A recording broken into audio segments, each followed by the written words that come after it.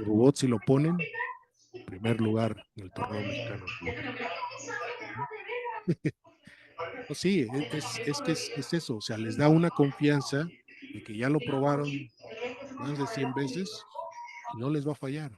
O además ya saben, cualquier detallito que vean, ya van a saber cómo arreglarlo. ¿Sí? No eso de que se sienten a pensar, ¿ahora qué hago, no?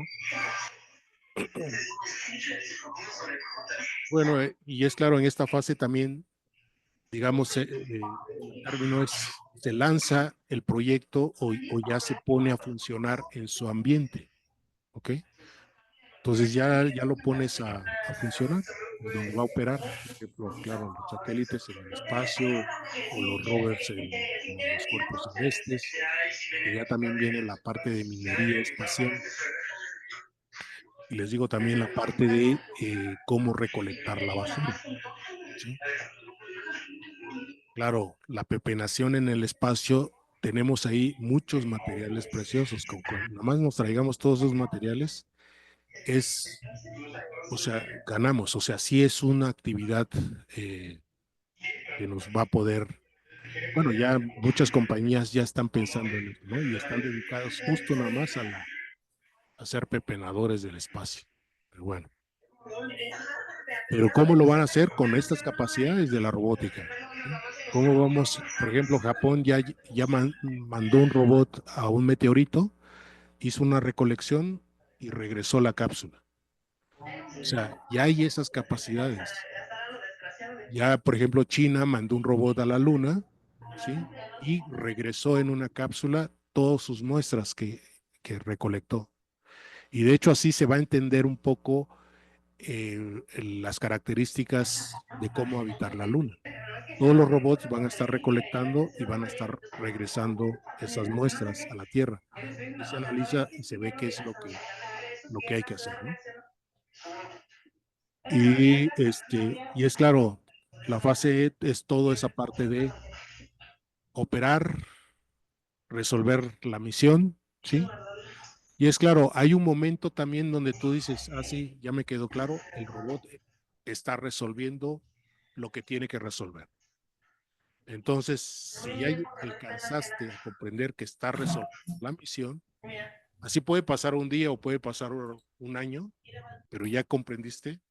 Entonces, cuando pase ese tiempo, tú dices, ok, ya puedo cerrar mi proyecto, ¿sí? Porque ya resolvió, por ejemplo, nosotros con el Aztecsat pasó el primer año y en el primer año, como ya teníamos los suficientes datos que nos dimos cuenta qué paquete o la longitud del paquete es mejor para mandarlo a la constelación, entonces ya NASA nos dijo, ok, ya podemos cerrar su proyecto, aunque el satélite duró todavía otro año más, ¿sí? Pero bueno, esa es la idea, ¿no?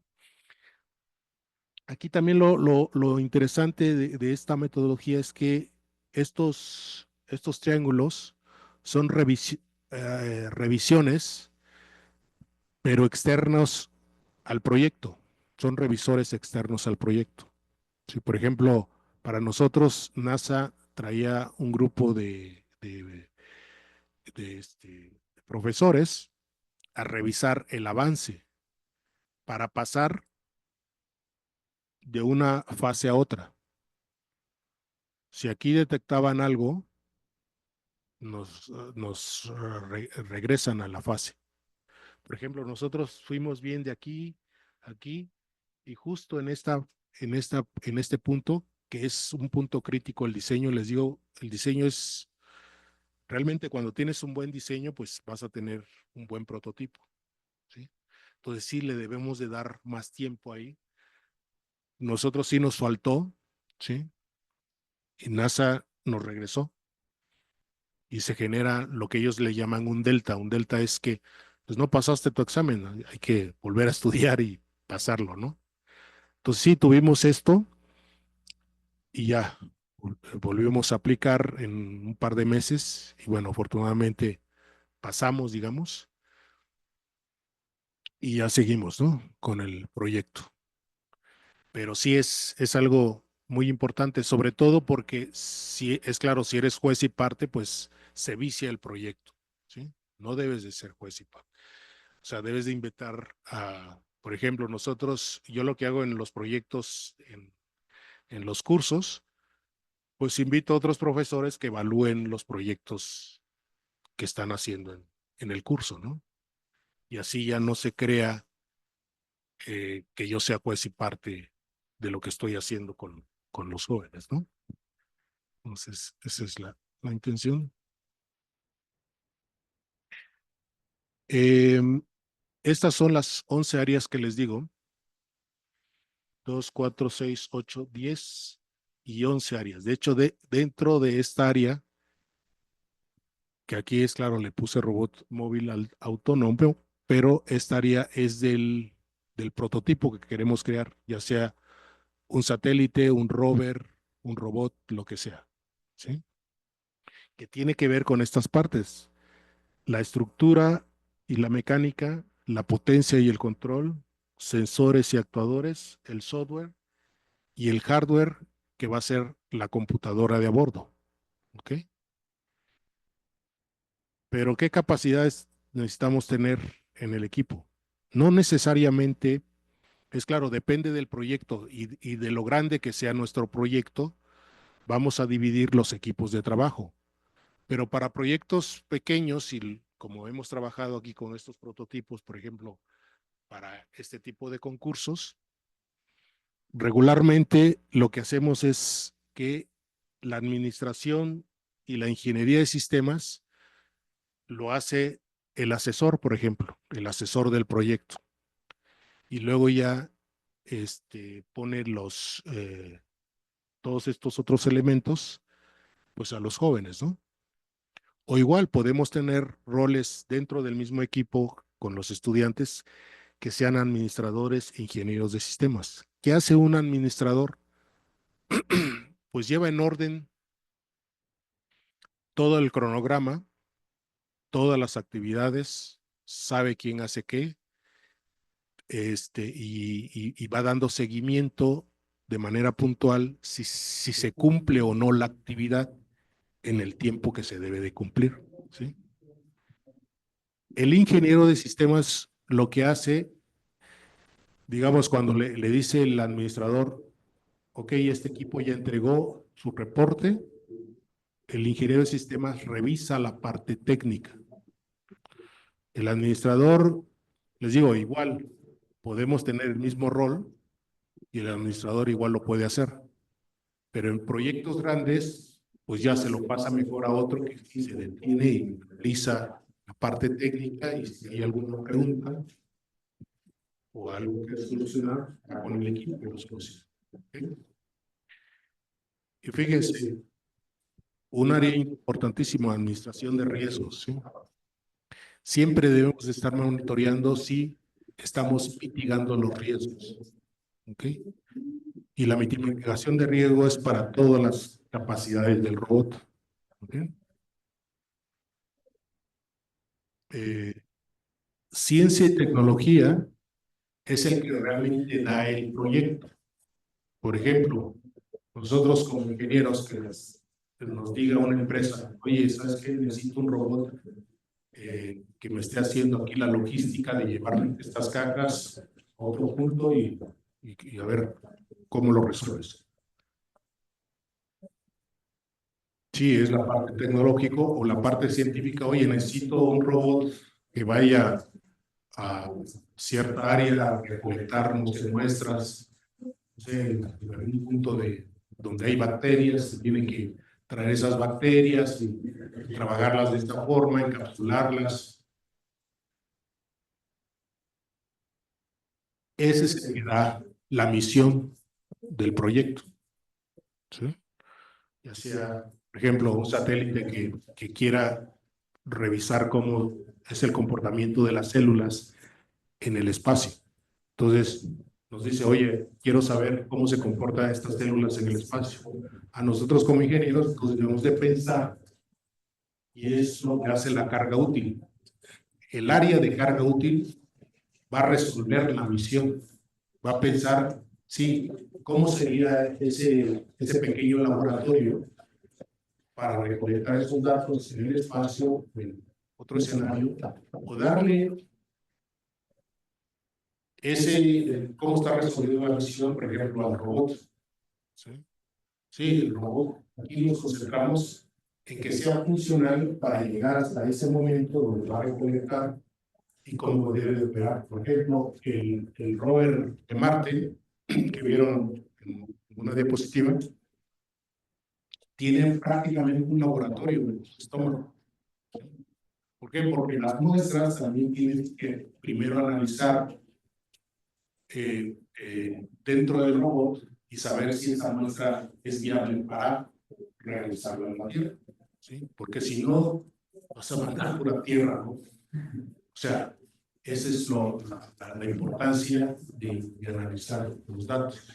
Entonces, analizar los datos, pues sí necesitas estar de cerca con el que presenta esos datos. ¿Sí? Es claro, la estación terrena es el que va a estar comunicándose con tu prototipo. ¿Sí? Y de igual forma, o sea, todos los robots, al final de cuentas, necesitan esa conectividad, ¿sí? Necesitan estar conectados con un centro de control. Se le llama centro de control de emisiones, o sea, saber que efectivamente sí está funcionando, sí están corriendo bien los parámetros, primero de función del mismo prototipo y segundo, lo que está solucionando la misión, ¿sí? O sea, esas dos partes son importantes. Es cuando nosotros ponemos al robot y nuestra lab estamos viendo si realmente está siguiendo ese comportamiento, si la odometría está corriendo bien, si el sensor, el LIMU está corriendo bien, si el láser, si todo, ¿no? Entonces decimos, ok, el robot está operando bien. Ahora, lo que vaya a hacer esa actividad, sí, también lo vamos a estar probando, ¿no? Esta es la integración y pruebas también. O sea, es claro, ahí igual debe haber un equipo y sí un poco diferente. Si tú vas a probar a tu robot, es como los que prueban, por ejemplo, software, ¿no? Los que prueban el software no necesariamente son los que hicieron el software, ¿sí? Son probadores precisamente, o sea, empiezan a meterle código o a presionar cualquier tecla y ven si el software responde a todo, a todas esas.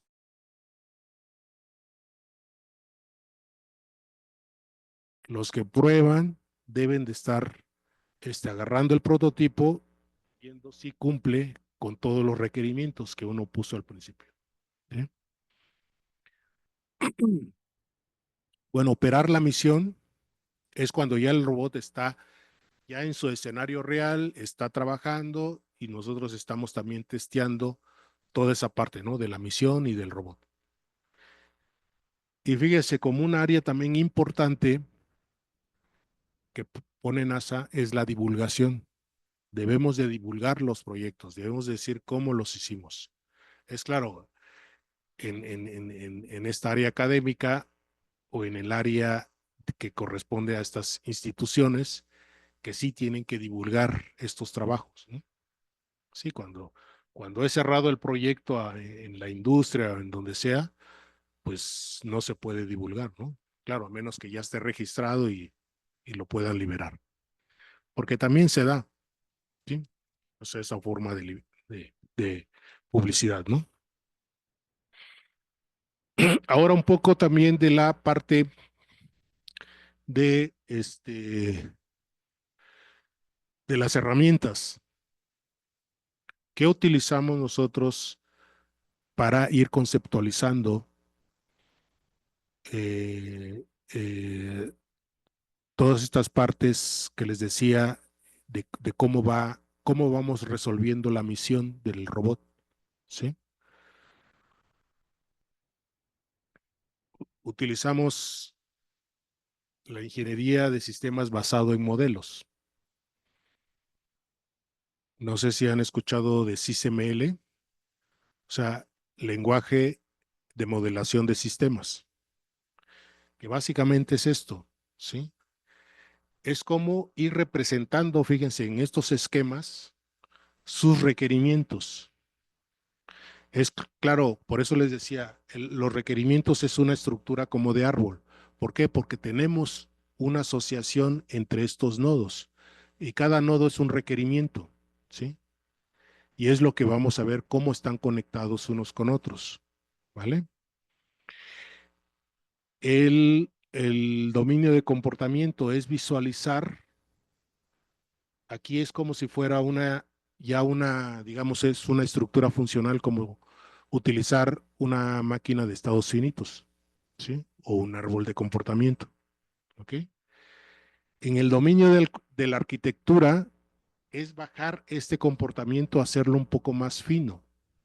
De hecho, el SysML, si tú construyes de esa forma organizada y vas bajando, por ejemplo, esta capacidad de comportamiento a un nivel ya más desglosado, sobre todo entendiendo qué arquitectura tienes de hardware y de software, esto se traduce a un lenguaje, a cualquier lenguaje, y te debe de funcionar, ¿sí? Y claro, la parte también de cómo verificas y validas que tus requerimientos resuelven realmente ya la parte final, que sería el software o la arquitectura o la mecánica que estás diseñando, ¿sí? O sea, para eso es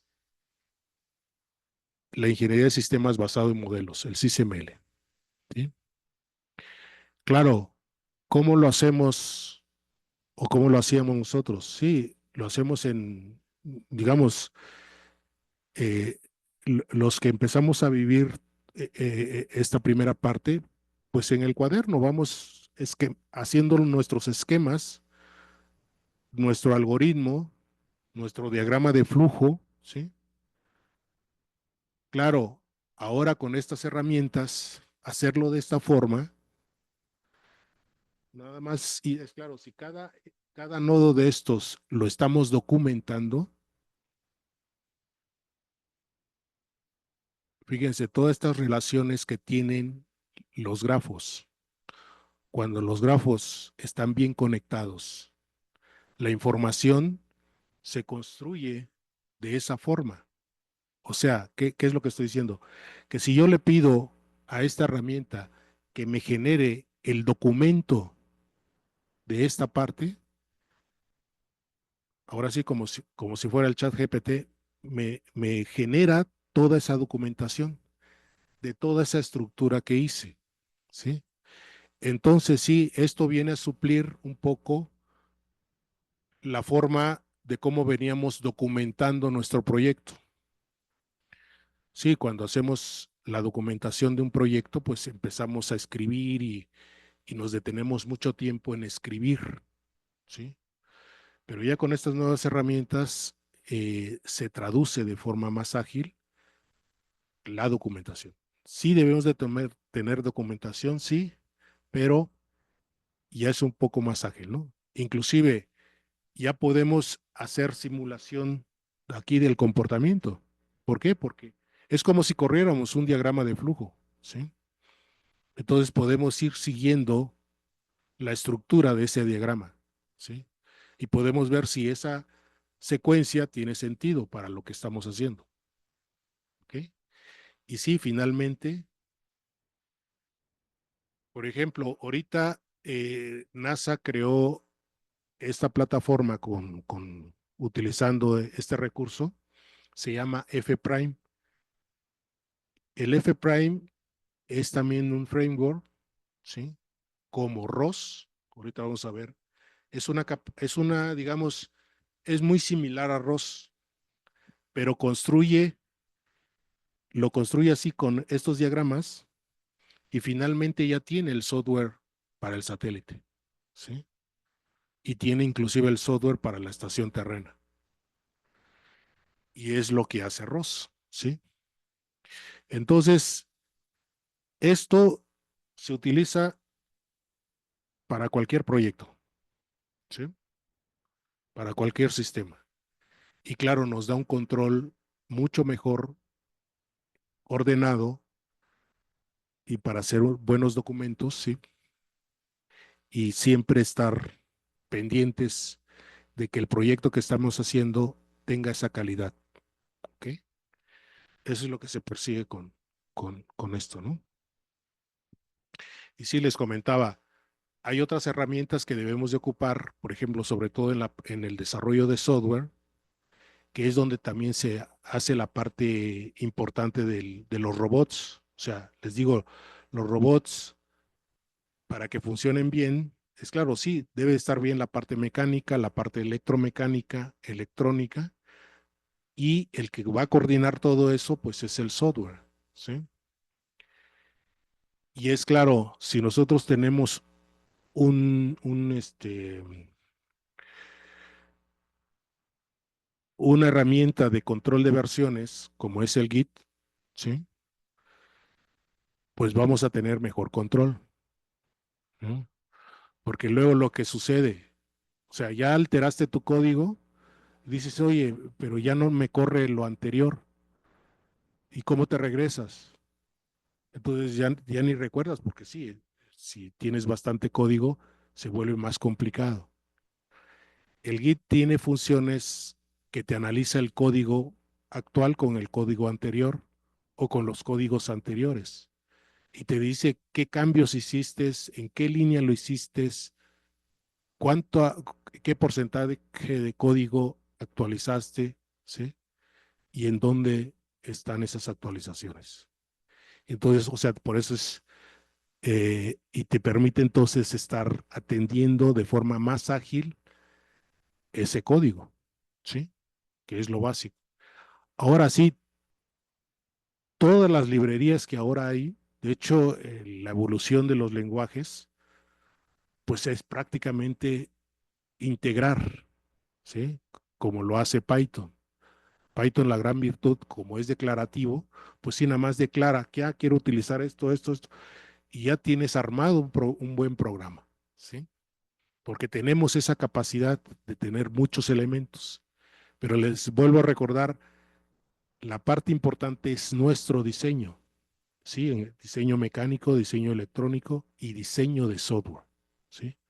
Si diseñamos bien el software, podemos conectar todos estos elementos de forma, sobre todo, segura,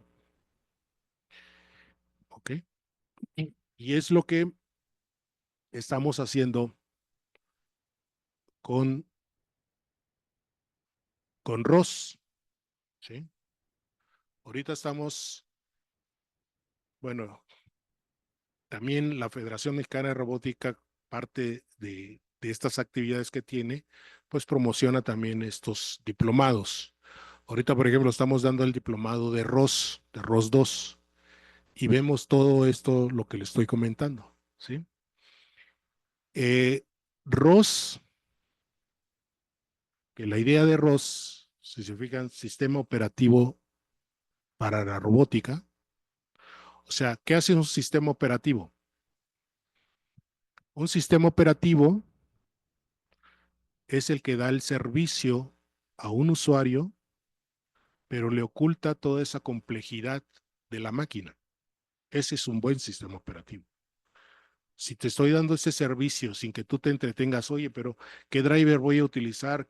¿Cómo le voy a mover acá? No, nada más, y sí cambió y está cambiando, ¿no? La versión desde el teclado al mouse a señalar, quiero esto, quiero esto, quiero esto. Ahora la interacción con voz. Entonces, un buen sistema operativo es eso, ¿no? Que te oculta esa complejidad. Entonces, ROS lo que va a tratar de hacer es ocultar esa complejidad de todo el hardware de la máquina para poder interactuar, sí, ya sea con su medio, con las máquinas o con las personas, ¿sí? De forma natural. Y es claro, creció la comunidad y está creciendo muy rápido para hacer más robusto cada área de comunicación, de visualización, de percepción, de control, de drivers, de machine learning, el registro de datos, ¿sí? Ustedes saben que, de hecho, ya en estos concursos grandes como es la Robocop, ya piden que todo lo que esté haciendo el robot lo esté guardando. Y entonces, si tú puedes acceder a esos repositorios, pues puedes decir, a ver, este robot actuó de esta forma y lo puedes simular, de hecho. Puedes agarrar todos esos datos y simulas al robot cómo solucionó ese problema. Dices, no, yo pues, lo puedo mejorar. Con esos datos, tú construyes tu algoritmo, lo pruebas sobre esos datos y mejoras esa capacidad de ese robot que tal vez se quedó en un paso ahí no tan bueno, ¿no? Esa es la idea. Claro, la simulación, visión por computadora, la planeación, o sea, todas estas áreas, ¿se imaginan?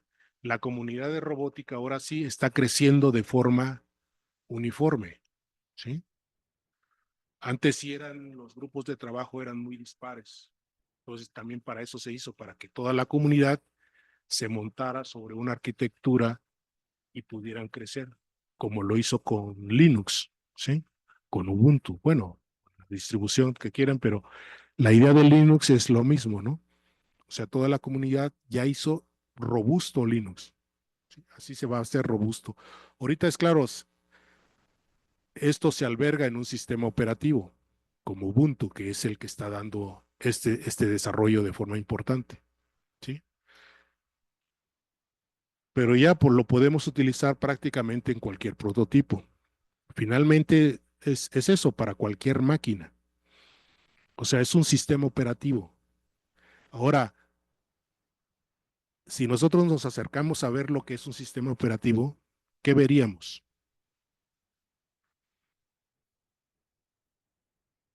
Realmente un sistema operativo es un despachador de procesos, es un administrador de procesos, administrador de nodos. O sea, cada nodo resuelve en un área un problema muy específico, ¿sí? Por ejemplo, aquí podemos tener infinidad de algoritmos y cada algoritmo puede tener también un conjunto de nodos, ¿sí? Y finalmente esos nodos, o sea, es la idea de la distribución del trabajo, ¿no? O sea, tenemos un problema, lo partimos y distribuimos el trabajo, ¿sí? En varios nodos o en varios procesos. Entonces la máquina pues tiene que darle el servicio de ejecutar cada uno de esos procesos, ¿sí? Ese es un sistema operativo, es el núcleo del sistema operativo.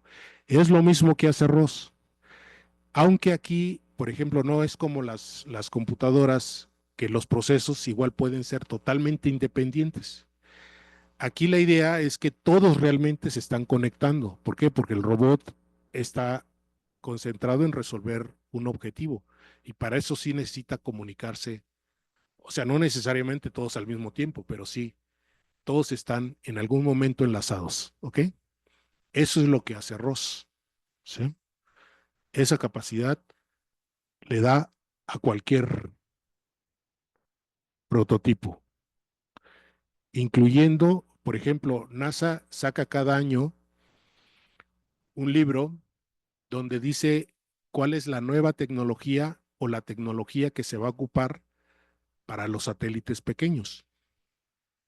Y hace no, 3 años que dijo Ross, sí es un framework que se puede ocupar para hacer software de vuelo en los satélites. Entonces, ya se puede, ¿sí? Y de hecho es por ejemplo, uno de los, bueno, aquí se ve igual, ya se está utilizando ROS también integrado en todo lo que es este concepto de Internet de las cosas, ¿sí? El Internet de las cosas es que todo esté conectado. Entonces los robots van a ser una parte también importante. Los carros autónomos son robots, ¿sí? Entonces todos van a estar conectados, ¿no? Ya tenemos también microROS.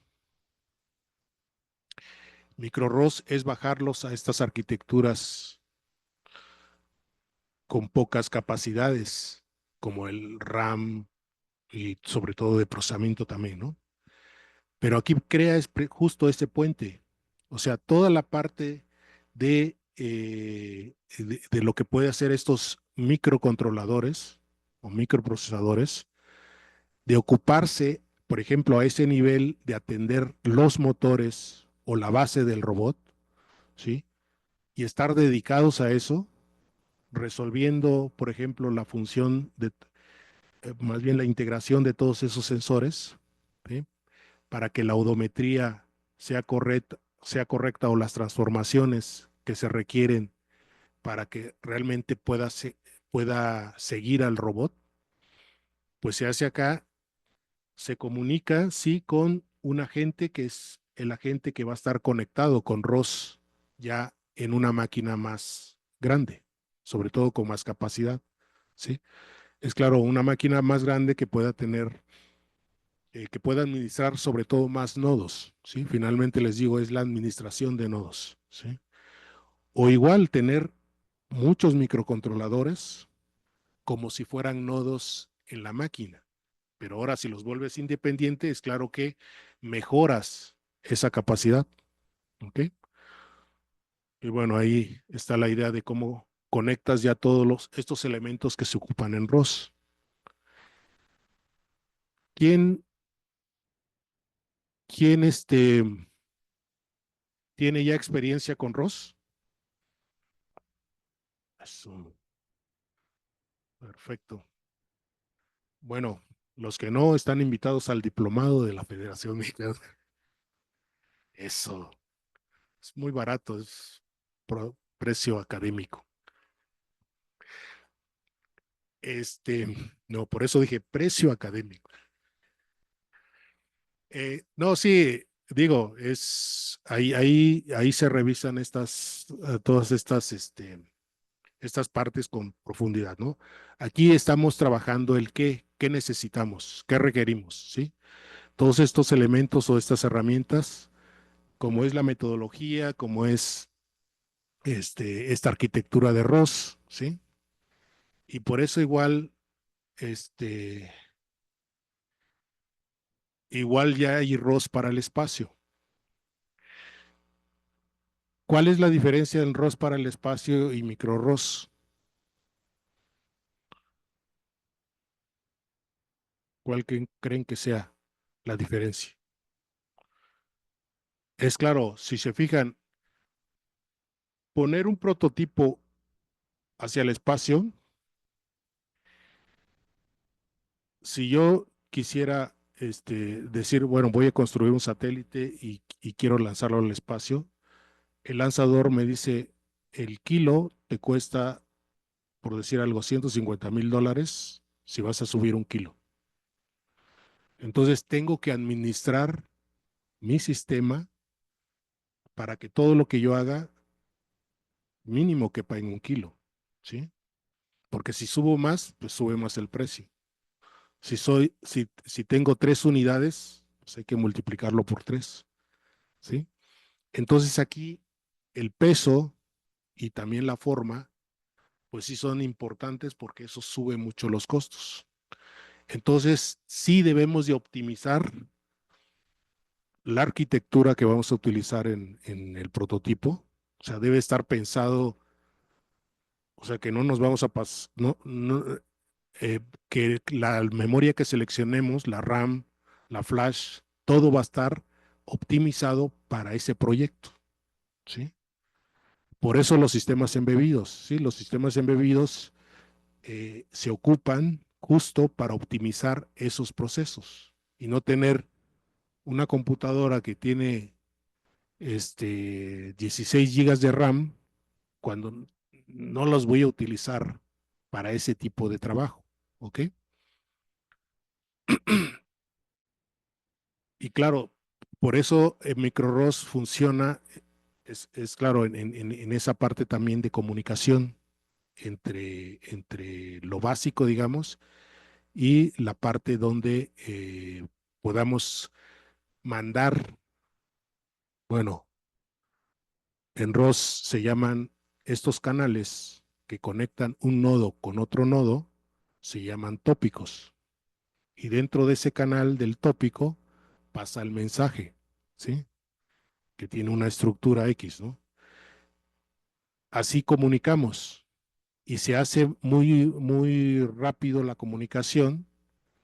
Fíjense, estando el sistema en un nodo en una máquina y otro nodo en otra máquina. Y uno, por ejemplo, lo tenemos en la estación terrena y el otro en el espacio, ¿sí? Allí es donde se ocupa, es claro, la comunicación, que es ese canal, que es pasar ese tópico, ¿sí? Ese canal se convierte en una señal de radio. Regularmente en los equipos terrestres, pues la señal que ocupamos es el Wi-Fi, ¿sí? Esta comunicación inalámbrica. Aquí se va a ocupar el radio. Entonces, es lo que cambia realmente de cómo configurar esos nodos para que trabajen a esa distancia, ¿vale? Entonces, esa es la parte importante. Por eso la invitación es también para el Torneo Mexicano de Robótica 2025 y que estamos a tiempo para formar un equipo de rover lunar, ¿sí? Les recuerdo, va a ser en mayo 5 o 6, 7 y 8, del 7 al 9, 7, 8 y 9 de mayo, ¿sí? Aquí en la UAM, ¿no? UAM Azcapotzalco, ¿eh? Ahí está Palapa. Ok. Entonces, sí, claro, eh, eh, podemos empezar a tratar de utilizar estos conceptos de la metodología, de las herramientas, para estar formando, ¿sí? Estas capacidades y que sean dirigidas sobre todo en ese orden, ¿sí? Siempre cuando tenemos ese orden, podemos tener estos prototipos realmente funcionales, ¿vale? O sea, esa es la idea. Ahorita vamos a ver, por ejemplo, lo que me conecté aquí. Les quiero mostrar, bueno, aquí me conecté a otra máquina que espero que funcione. Aquí estoy.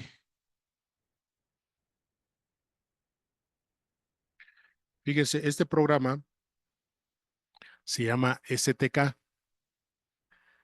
Este es un kit para sistemas. Con esto puedo simular estos dos grandes segmentos. El segmento aéreo, que también toma la parte terrestre y marítima, y el segmento espacial. Este software ocupa NASA. De hecho, NASA primero nos los compartió. Se nos terminó la licencia. Comprarla fue un rollo. Pero sí, ya lo tenemos. O sea, es claro, es licencia académica, pero funciona muy bien, ¿sí? Y es muy ágil, sobre todo para darse idea de cómo va a funcionar tu misión. Vamos a hacer algo práctico muy rápido. Por ejemplo, yo creo un escenario. Aquí lo importante es de decidir el tiempo de vida de este proyecto. Se decide y bueno, ya le damos OK. Vamos a abrir, es claro, les digo, y también como ya cualquier aplicación de simulación, o sea, podemos hacer nuestros prototipos fuera, traerlos aquí y ponerlos en el simulador, ¿sí? Así sean satélites, así sean rovers, así sean, por ejemplo, barcos o inclusive submarinos, ¿ok? Por ejemplo, voy a poner rápido un satélite, ¿sí? Fíjense, también con esta idea, finalmente les digo, la cuestión de Internet de las cosas es también visualizar cómo sería, por ejemplo, si vamos a poner de exterior, un robot de exterior necesariamente ya debe de estar conectado, ¿sí? Vamos a ponerle aquí Air 24, bueno, no importa. Y ahí está el satélite, ¿sí?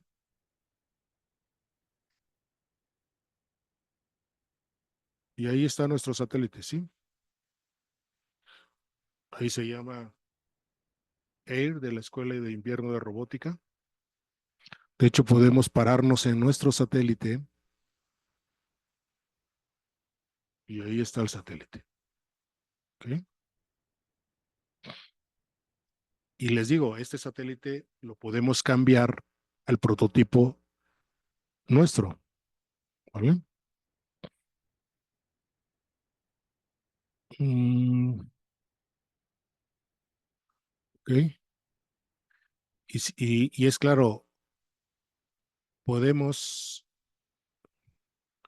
ejecutar ya y ya va a empezar a funcionar el satélite, ¿sí? Ahí está funcionando. Lo voy a acelerar. Lo podemos hacer en tiempo real. Lo podemos hacer, por ejemplo, ahorita que incremente el tiempo de simulación, ¿sí? Y empezar a visualizar la misión. Ahora es claro, supongamos que quisiéramos,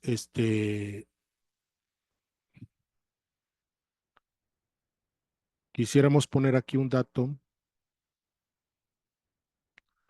por ejemplo, podríamos traer, no, no se agarra bien esto.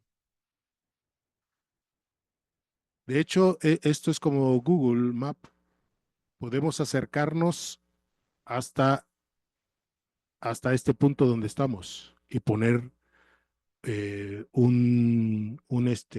una posición georreferenciada al punto.